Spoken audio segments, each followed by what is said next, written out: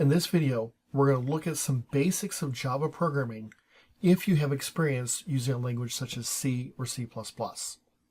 Now, Visual Studio does not support Java at this time, so we're using Visual Studio Code, which is also a free development tool from Microsoft and is available on the PC, Macintosh, and even Linux platforms. When you install Visual Studio Code, you'll need to add an extension so you can support Java.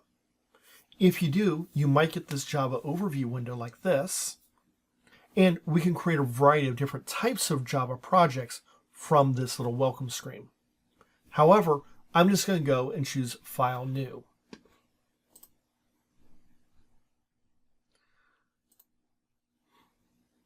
I have an untitled file, so I'm going to save this real quick. And I'm going to specify it's a .java file. When I do that, Visual Studio Code is going to go in and create some pieces for me automatically. So for example, I call my file sample1.java, so it created a public class sample1.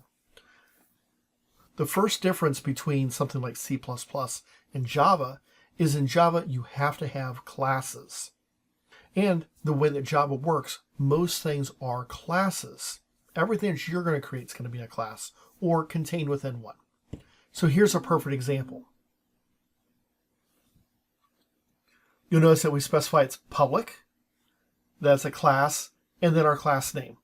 Our class name needs to be the same as our file name, and that's how it knew what to create.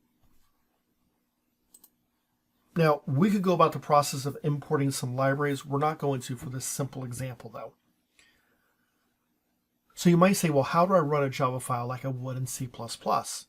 C++, I have to have a main function, and I have something very similar in Java. I'm going to create a public, static, void, main, and notice that it automatically tried to fill it out for me.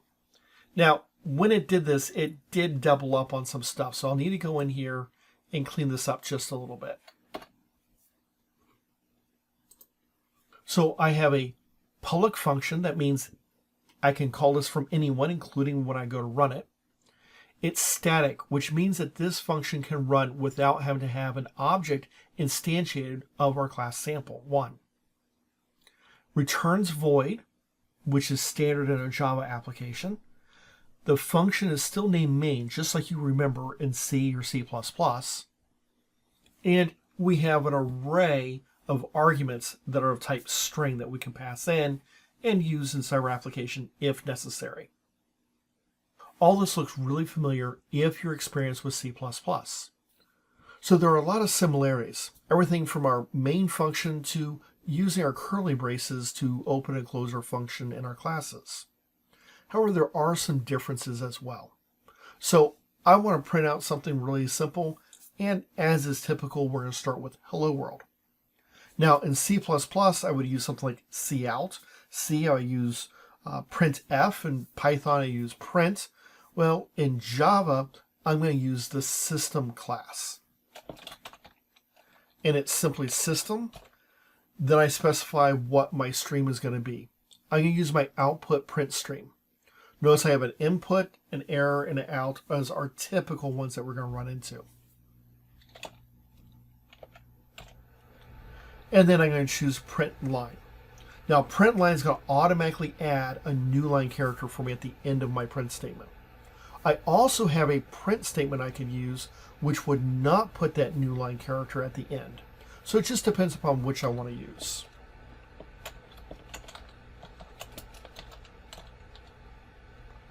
Specify hello world. Notice that we also have a semicolon at the end of our function, just like we did inside of C++. Then I come up here and I would choose to run. You notice down my terminal window, it goes through a process of compiling my file and running it for me. And notice it prints out hello world, just as I would expect. So it's very simple as far as how that goes and how you're going to create your very basic programs. In my next video, I'll look at some standard data types that you're familiar with and how we can start to use them as well.